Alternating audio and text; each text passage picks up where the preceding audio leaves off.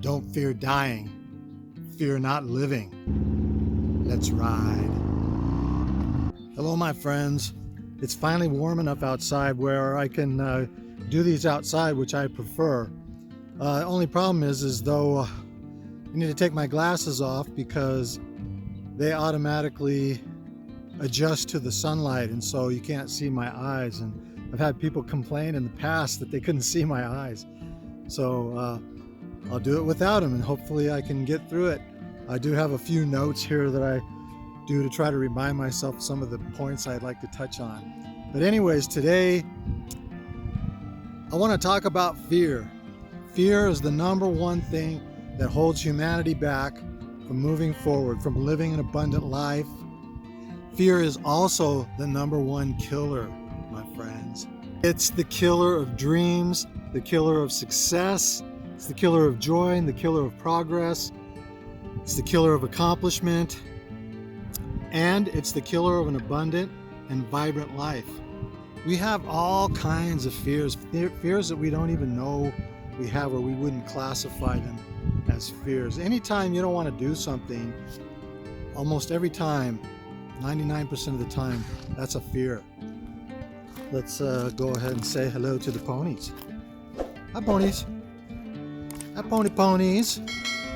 Huh? They're like, cut the crap, where's the food? One of the biggest fears I hear lately is fearing the government, or fearing societal collapse, end of the world, doomsday scenario. Now, I used to be buying into that fear myself. I was what you would call a prepper, and I would have never classified that as a fear. I would have just said, oh, well, I'm just being practical. You know, it's always good to prepare for disasters and that kind of things. And it is to some degree, but to overdo it and to look forward to a end of the world scenario is not healthy, in my opinion. The other thing is that one of the things that people don't understand, or that some people don't understand, some do, and there's an old saying, it's called energy follows thought. And so when you're putting your focus and your thought the majority of the time on negative stuff, like societal collapse, for instance, you're actually contributing energy to that. You've probably heard the saying, don't focus on problems, focus on solutions. So it's fine to be aware of problems. We have to be aware of problems. There's nothing wrong with that. Because I know people will say, well, gee, have you looked around to see what's going on in the world? Well, yeah, but I don't spend my time focusing on it 24/7, okay? I'm aware of what's going on, and I don't need to immerse myself in that 24/7. And it's not just societal collapse scenarios. It's all kinds of things more closer to home. In fact, we were all raised this way. Well, you know, don't do this, don't do that. You might hurt yourself. And so we were raised in a fear-based culture. And it's still that way to a large majority because we're running that programming that we got mostly as kids, and some of it as adults too. You know, and again, it's fine to be practical and to do things reasonably safe and use some common sense, but fear holds people back.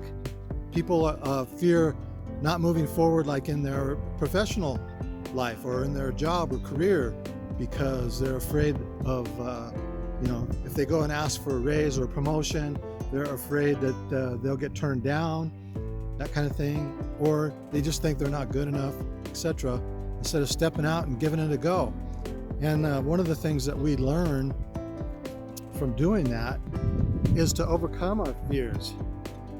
Have you ever been worried about something, like on a job or whatever it might be, and you were like really stressed about going and doing it, but it was something that you had to do eventually, and so you went and did it, and when you got there and did it, you went, wow, this was not nearly as bad as I thought it was.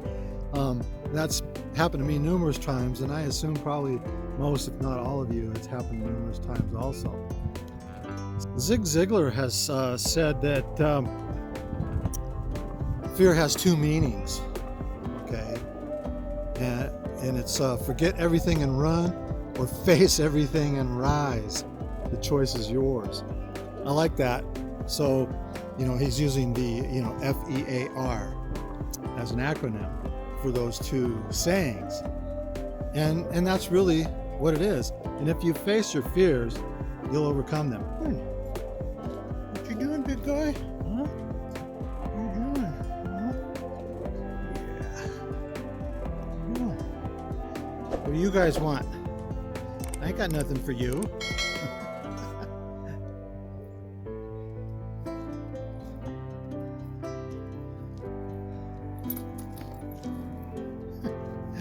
No. Is that right? What you doing, huh?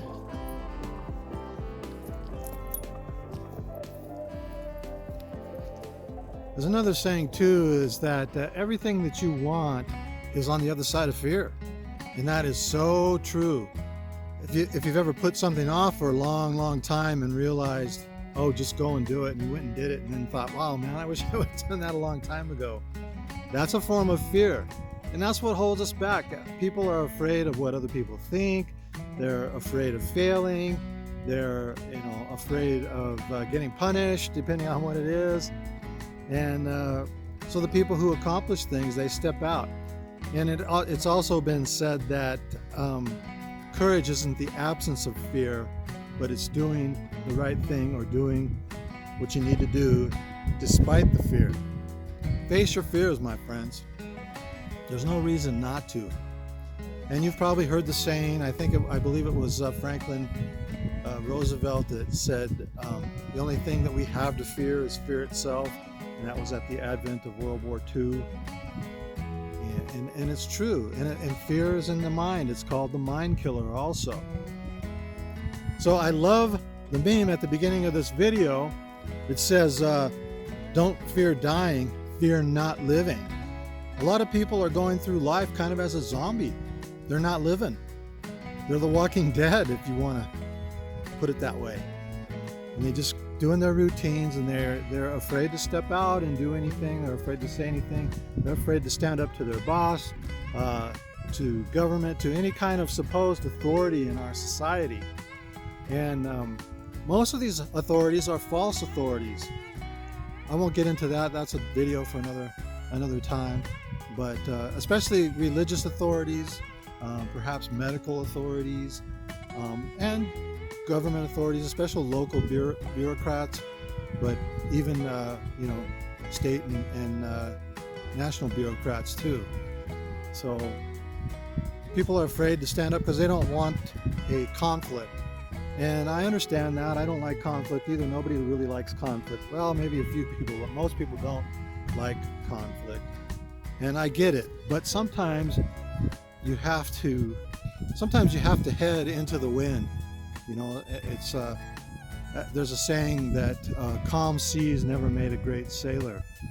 And the fastest way through a storm is to go head right into it, instead of trying to outrun it. If you try to outrun it, it will catch up to you. It will eventually, sink your boat, so to speak.